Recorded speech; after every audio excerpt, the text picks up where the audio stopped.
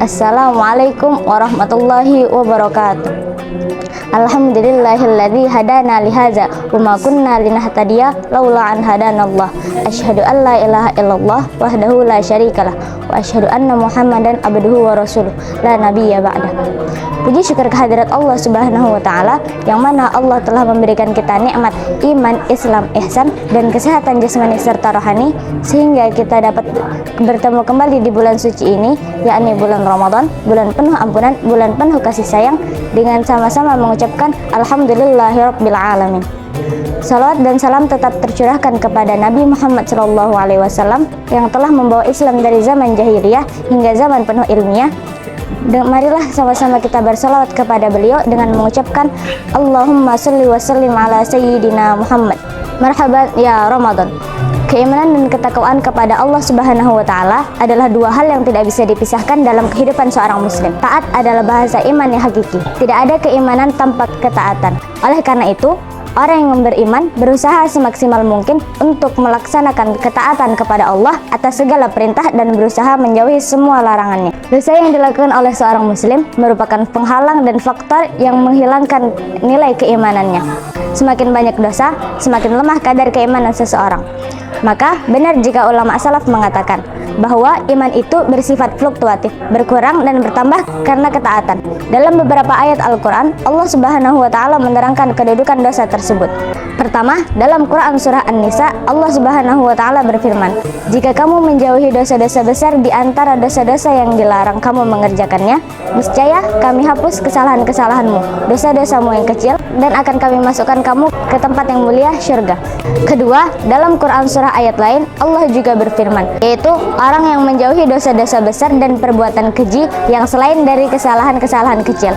Sesungguhnya Tuhanmu maha luas ampunannya. Quran surah An-Najm ayat 32.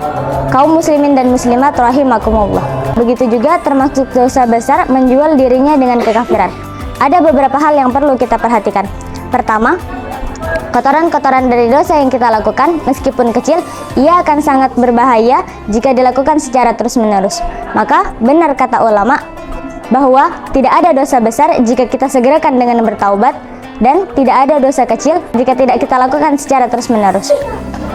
Kedua, dosa-dosa besar yang dilakukan oleh seorang muslim itu akan menghilangkan pendar-pendar cahaya keimanan, meruntuhkan kekhusyuan, dan menjauhkan rasa takut seseorang kepada Allah Subhanahu wa taala. Dan yang terakhir, semakin seseorang terbiasa melakukan dosa besar, maka ia akan dengan sangat ringan melakukan dosa kecil. Bahkan, dosa kecil yang dirasakan oleh saudara seimannya sebagai momen yang menakutkan. Namun, bagi orang yang terbiasa melakukan dosa, itu tidak dianggap apa-apa. Kaum muslimin dan muslimat rahimakumullah.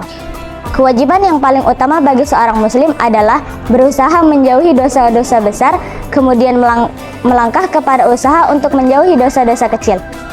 Alangkah bahagianya orang yang dijauhkan oleh Allah dari neraka dan didekatkan dengan surga.